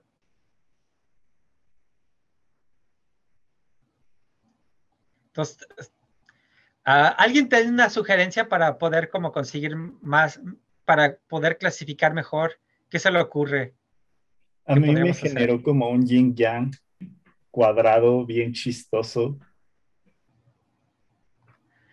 Órale, sí. Lamentablemente no podemos compartir imágenes ahorita, ¿no? Pero estaría bueno que pudiéramos compartirlas. Sí, van a encontrar diferentes soluciones, ¿no? Ahorita ya como que el algoritmo decidió que puede predecir este pedazo bien y el otro no tanto, ¿no? Y si te fijas es un poco inestable, o sea, como que se está moviendo. Pero más o menos encontró una solución, más o menos. Algo que pueden hacer, por ejemplo, con estos problemas, y esto ya se vuelve la parte de como lo que se llama feature engineering, es donde te pones a entender el problema y tratar de encontrar soluciones. Por ejemplo, puedo crear estas transformaciones fijas de mis datos.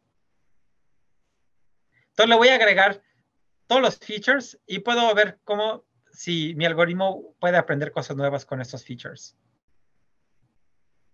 Entonces está aprendiendo. El algoritmo todavía está mal. Parece que no va a encontrar una solución. Y quién sabe, ¿no? Como que de hecho está como poquito a poquito tratando de aprender las espirales.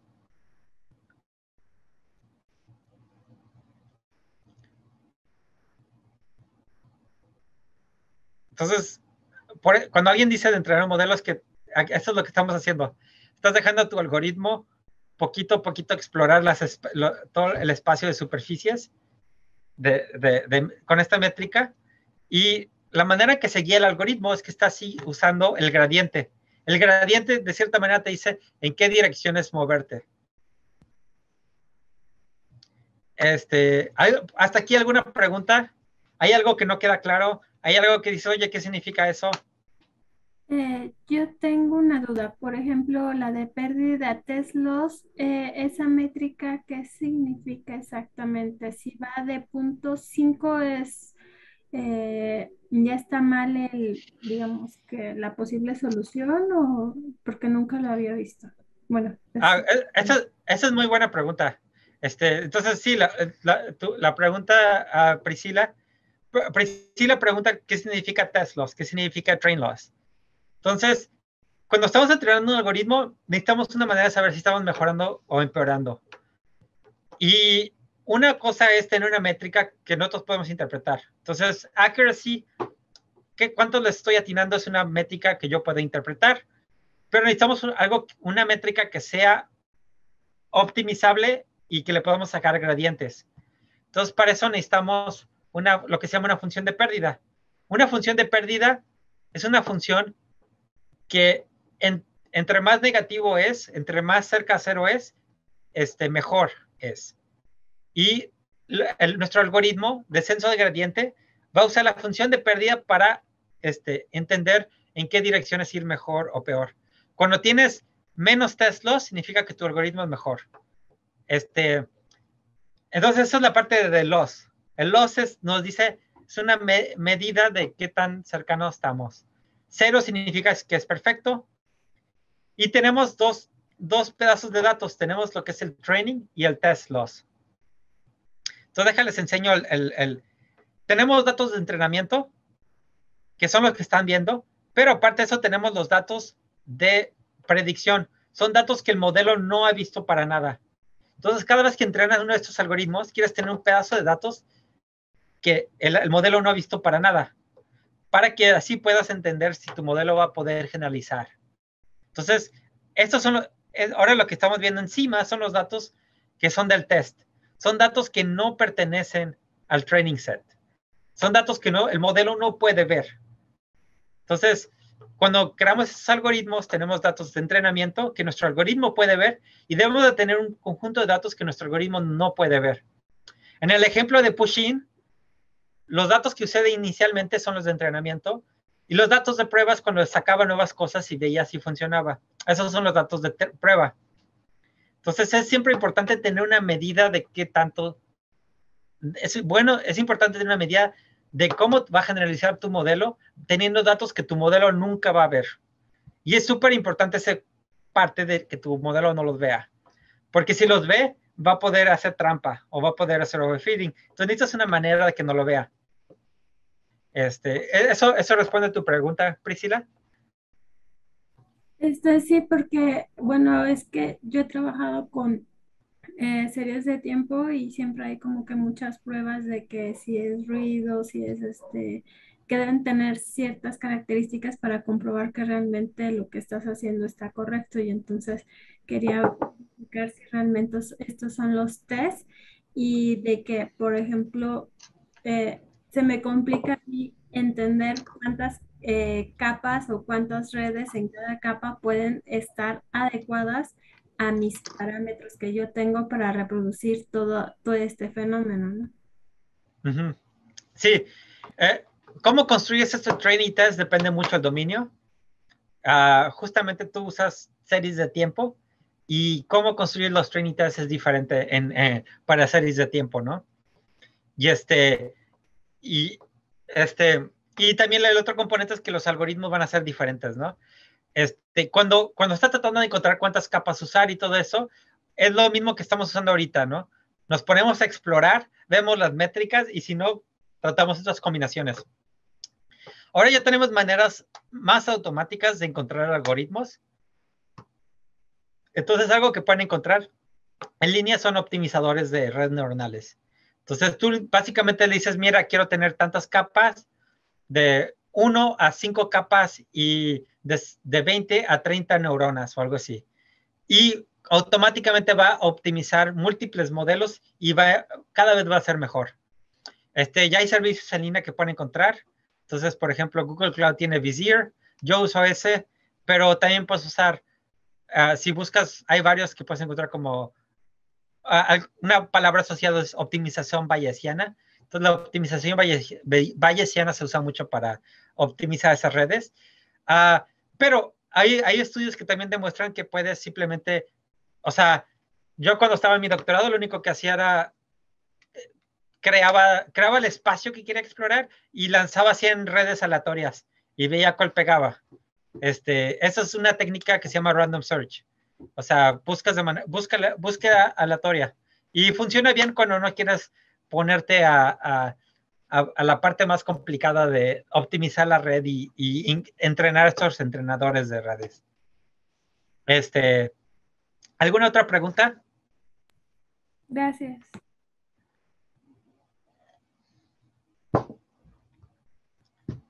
Ok, va, vamos a... Entonces, les recomiendo que se metan a tratar de resolver este problema.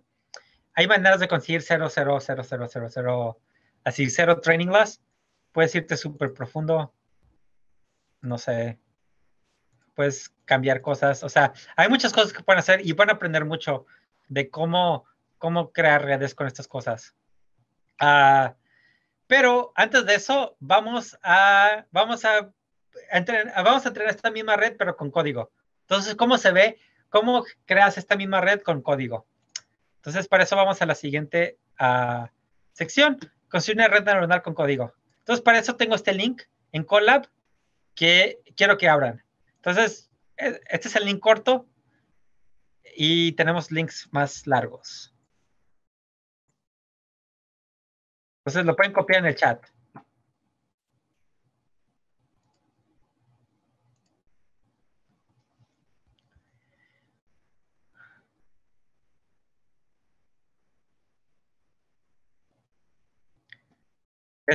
¿Hay alguien que no ha usado Colab antes? Pónganlo en el chat.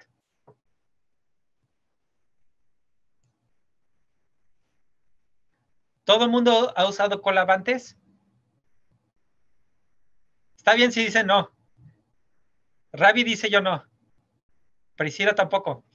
Entonces, Patricia también dice tampoco lo ha usado. Entonces, Colab es un servicio gratuito, pero también lo puedes pagar de Google, que te da acceso a cuadernos interactivos de código y texto. Y lo padre es que el cómputo sucede en la nube y no funciona, no sucede en tu computadora. Entonces, es una muy buena manera de, por ejemplo, dar talleres. No tienes que instalar software, simplemente ya tienes acceso a una máquina que tiene cómputo. Lo malo es que si generas algo, lo tienes que guardar porque se muere después la máquina o ya no tienes acceso a la máquina, ¿no? En algún momento. Te da acceso aquí podemos ver que nos da acceso a un Python 3 con 12 gigabytes de RAM, que es bastante bueno. Tiene más RAM que mi laptop y un disco duro de 100 gigabytes. Si quieren un GPU, pueden irse a Runtime y le ponen Change Runtime y aquí les da acceso a un GPU. Entonces, pueden pedir GPUs. Yo les diría que solo usen GPUs si realmente tienen que entrenar un modelo pesado. Porque son recursos gratuitos, entonces es bueno no desperdiciarlos y gasta electricidad. Entonces piensen en el medio ambiente y todo ese rollo. Entonces, vamos a empezar. Vamos a usar Python. La manera de ejecutar código es agarras una celda y le puedes dar clic aquí o Shift Enter. Shift Enter funciona muy bien. Control Enter también va a ejecutar código. Shift Enter ejecuta el código y te va a la siguiente celda. Hay otras cosas que puedes hacer, pero esto es como la manera más, como condensada. Déjale, hago más zoom. Sí se ve mejor, ¿no? Todo lo que vamos a lodear es unas librerías que vamos a utilizar. Matplotlib y Seaborn para visualización. Para cómputo científico tenemos NumPy, Pandas y sklearn. Sklearn es una librería muy buena para Machine Learning. Yo lo uso mucho. No todo... Ayuda mucho para transformar datos y para probar modelos chiquitos. Entonces, recomiendo que lo chequen mucho. Sklearn es súper bueno. Y para Deep Learning vamos a usar TensorFlow. Y en particular vamos a usar TensorFlow Keras. Entonces, pueden verlo como TFK. Entonces, vamos a correr esta celda y van a saber que corrió porque dice 0 segundos. Entonces, ya la ejecutó. Y aquí vamos a crear, tenemos unas funciones. No se preocupen, es para crear el mismo dataset. Entonces, aquí me va a enseñar el código. Y le digo, ¿sabes qué? No 500, yo quiero 1000. Voy a crear un dataset. No, ¿sabes qué? Sí, 500, para que no sean tantos. Voy a crear este mismo dataset, pero está dentro de un Pandas Data Frame. Entonces, aquí tengo la X y tengo la Y si es un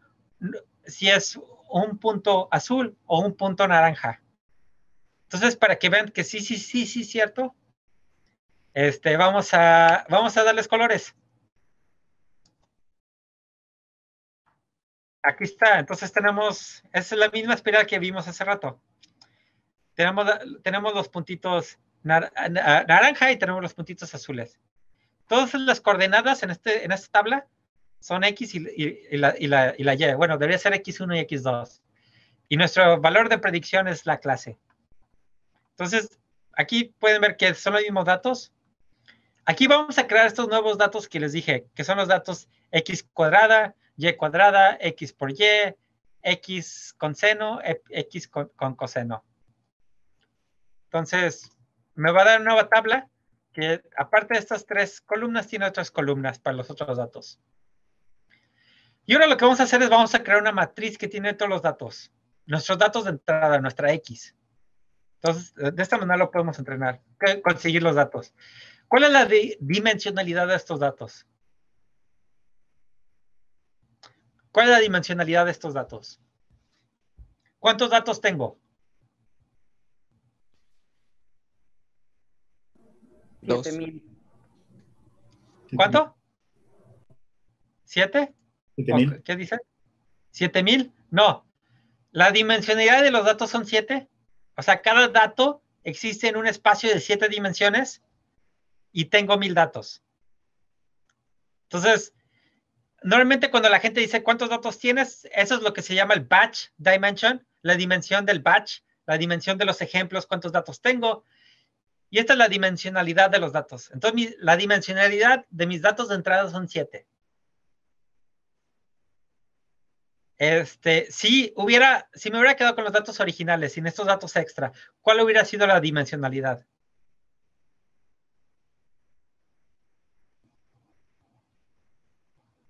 Iván Flores dice 2. Sí. Otra manera de pensar es cuántas columnas tengo. Usé 2 columnas, entonces son 2 dimensiones. Si quisiera otra manera de pensar esta pregunta es si quisiera visualizar estos datos, ¿cuántas dimensiones necesito? Necesitas 7 dimensiones. No lo puedes visualizar. Vamos a sacar los datos de predicción. Entonces son los labels. Entonces, aquí ya los sacamos. ¿Cuál es la dimensionalidad de los datos de predicción? De las etiquetas.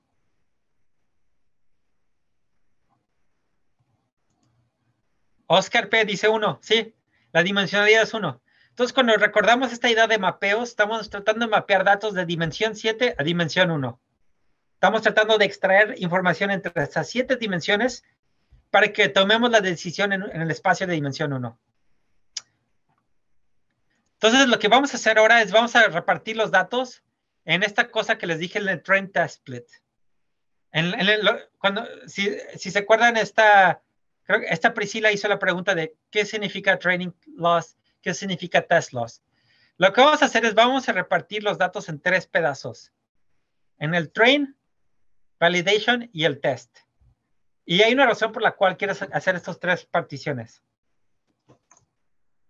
Entonces, aquí voy a cortar los datos a la mitad. Entonces, los de test, los de prueba van a ser la mitad. 500 puntos. Aquí lo pueden ver. Para entrenar el modelo, voy a usar 425 datos. Y tengo este conjunto extra que es el test set, el validation set. Son 75. Un porcentaje muy común que van a ver en literatura es usar 20% de test set, 10% o 15% de validation set y el resto de training set. Entonces, lo que deben de pensar es que el test set es los datos que tu modelo no va a ver, y si estás siendo riguroso, tú no los debes de ver. Es el número que consigues al final y que pones en tu publicación y no haces ninguna decisión. Esa es la manera más rigurosa de tratar los test set. Son los datos que no puedes hacer ninguna decisión ni hacer ninguna influencia sobre ti. Los datos del 75, que es el validation set, son los datos que cualquier decisión de modelaje las deberías de hacer. La puedes hacer en los 425 o en el 75.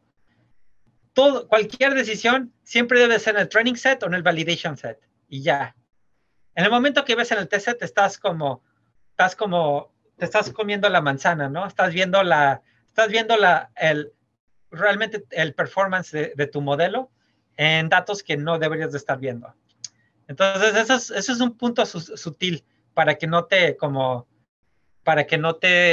para que sepas que tu modelo va a generalizar o no.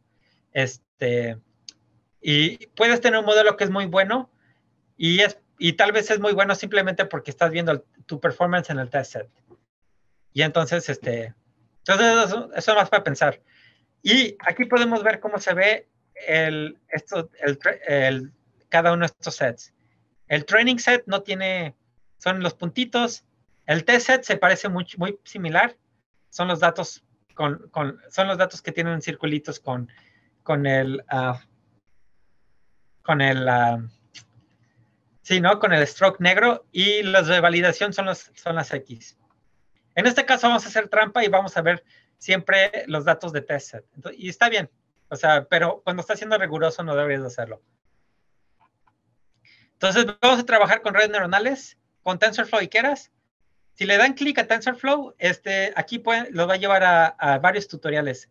Entonces, este es un tutorial muy sencillo. Pueden encontrar muchos tutoriales.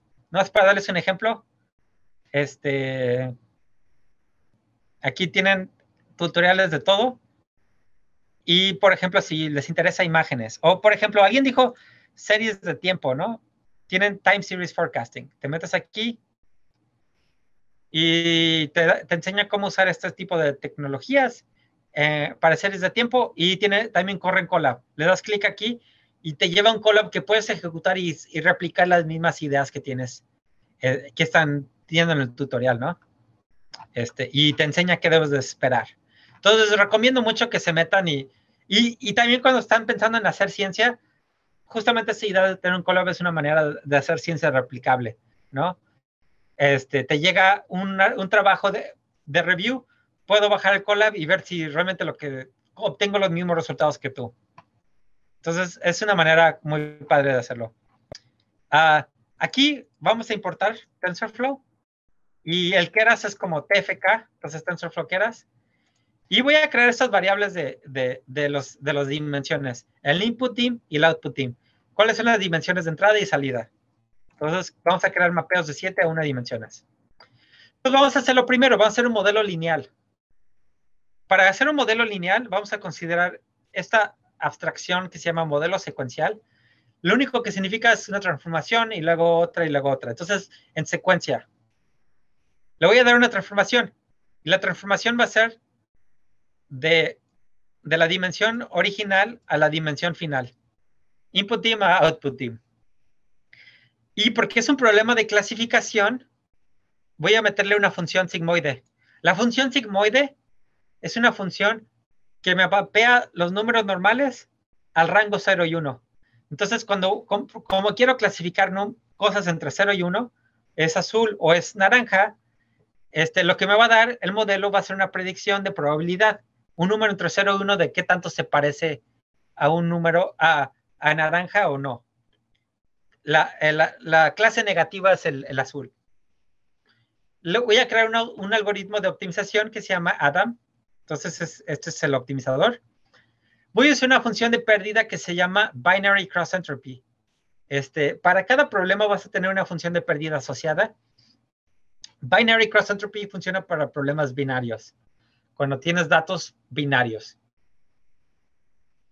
De hecho, no necesito el optimizador, puedo hacerlo así. Ya, bueno, no importa. Y la métrica que voy a estar checando es accuracy. ¿Qué tanto le atino? Voy a correr esto y puedo ver el sumario de este modelo. Tengo una capa densa o lineal y me dice que tengo 8 parámetros. ¿De dónde salieron los 8 parámetros?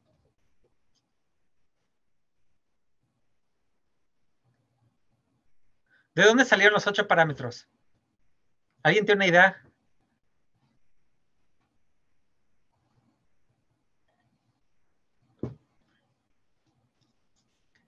José Manuel. Perdón, yo más bien quería hacer una pregunta. Bueno, ese 8 son los 7 atributos que le diste y el de la X y el de la Y, que era 1. No sé. Están relacionados. Ajá. Aquí, oye, el modelo que... Sí. Sí. No, adelante, adelante. El modelo que tenemos aquí es uno lineal. En particular se llama regresión logística. La parte logística es por el problema binario. Tenemos una matriz que tenemos que aprender. La matriz nos mapea de dimensión 7 a 1. Entonces son 7 por 1. Son 7 números que tenemos que aprender. Este vector se lo estamos sumando a un número de dimensión 1. Entonces son 8 números que tenemos que aprender.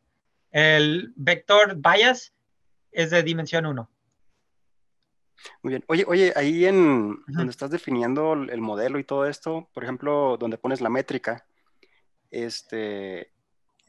bueno, yo supongo que aquí hay muchos valores que están quedando por default, ¿no? Sí. Por ejemplo, si tú no hubieras definido la métrica, probablemente el accuracy lo hubiera dejado igual, ¿verdad? Posiblemente sí, posiblemente sí. Entonces tú puedes omitir algunos de esos y igualmente te puede arrojar algo, ¿no? Sí, sí, Keras está hecho para que muchas veces puedas hacer cosas muy rápido. Entonces hay muchas cosas que ya vienen por default. Okay.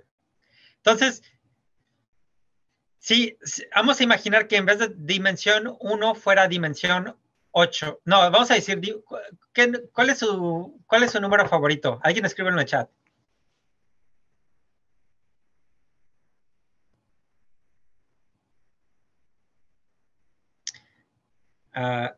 Ok, vamos a usar el número de guardado, que es 11. En vez de, vamos a decir que empezamos en dimensión 7 y queremos llegar a dimensión 11. Entonces voy a crear un modelo ahora que va de dimensión 7 a 11. Entonces ahora tengo 88 parámetros. Los 88 parámetros vienen de una matriz de 7 por 11. ¿Cuánto es eso? 7 por 11, 77. Más un vector de dimensión 11, 88. Entonces de ahí salen todos los parámetros. Ahorita les voy a enseñar cómo funciona yo cuando lo haces profundo. Entonces, tengo el modelo normal, 8 parámetros.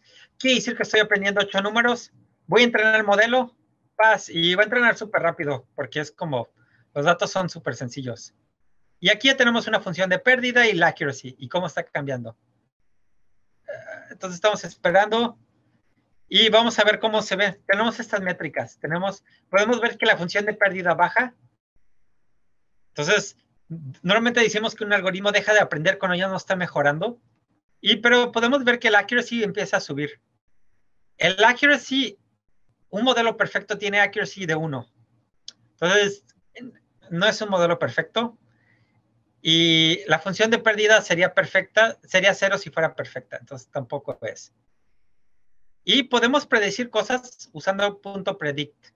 Si le doy datos de prueba, me va a dar probabilidades. Y puedo convertir esas probabilidades pasándolas viendo si están arriba de 0.5. Para algunos problemas dices, ¿sabes qué? Yo quiero estar súper seguro, entonces en vez de 0.5 quiero que sea 0.75 o lo que quieras. Entonces, para ver que sí, para que vean que sí es cierto, le pongo el .prod y es un vector, vamos a hacer Rabble, es un vector de puras probabilidades. Lo puedo dejar con SNDisplot.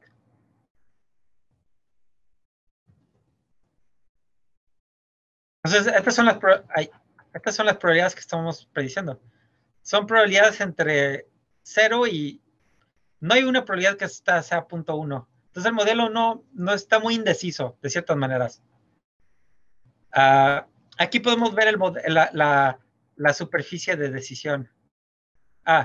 Me faltó... Vamos a quitar esto. La superficie de decisión es esta, que es como medio fea. Deja copio un código que puse acá arriba. De aquí. Está chido.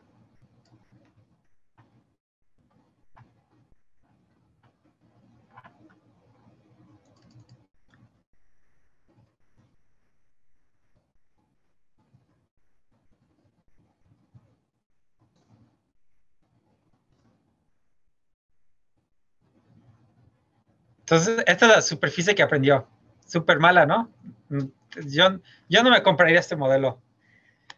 Pero podemos hacer estos modelos súper profundos. Entonces hay que hacerlo. Como nos queda poco tiempo, ¿sabes qué? Alguien dijo que queremos un modelo de 100 neuronas, vamos a meterlo. Bueno, no 100, vamos a hacer 10. Entonces, lo que vamos a hacer, esto es el ejemplo de cómo creas un modelo de 2 capas, ¿no? Aquí cuando le ponemos el modelo, podemos ver que hay 2 capas. Primero, tenemos lo que se llama la dimensión latente, que es la dimensión intermedia. Mapeamos de 7 a 10 dimensiones y luego de 10 dimensiones a 1 dimensión. Entonces, cuando estamos viendo las cosas de neuronas, tiene 10 neuronas. Y ahora ya tenemos 91 dimensiones. Y la manera de ver esto es porque tenemos, vamos a ver. 7 a 10, 70 parámetros. Más el vector de Bayes, son otros 10, 80 parámetros. Y luego vamos de 10 a 1, 10 parámetros, más el Bayes 1. Entonces son 80 más 10 más 1, 91. Sí, ahí está. De ahí salieron las 91 dimensiones. Son 2 matrices y 2 vectores de Bayes. Entonces, estas son las transformaciones que estamos aprendiendo y son optimizables y son los parámetros. Lo único importante que estamos viendo es que le tenemos que meter una función de activación cada vez que metemos una transformación lineal. Sale que una transformación lineal por otra transformación lineal es todavía una transformación lineal. Entonces no aprendes nada. Pero esta función de activación es la que te hace la diferencia. Le mete como una función de decisión. El ReLU es una función que es el máximo entre 0 y lo que le das. Entonces básicamente todos los datos que son negativos los tira a la basura.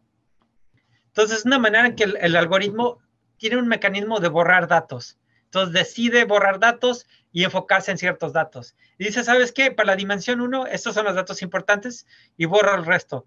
Para la dimensión 2 son importantes estos datos y borro el resto. Entonces de esa manera puedes construir estos algoritmos. Si quisiera generar un modelo de 10 capas, puedo hacer un for loop.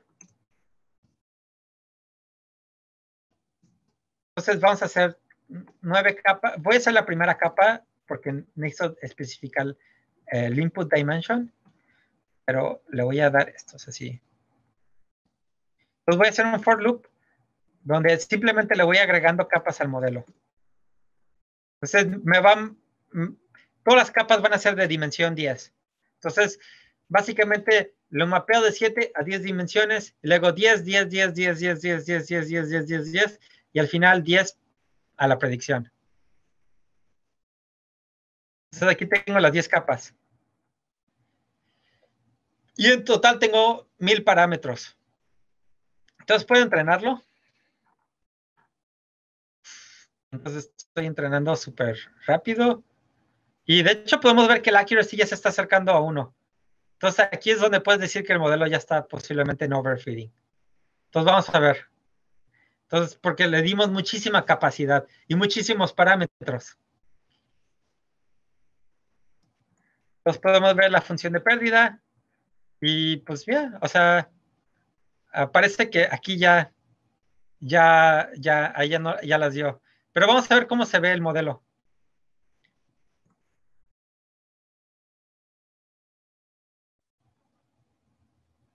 Entonces, por eso diríamos que el modelo está haciendo overfitting. Aprendió que ciertas regiones le ayudan para hacer ciertas predicciones y otras no. Y esos números que teníamos eran sobre el training set.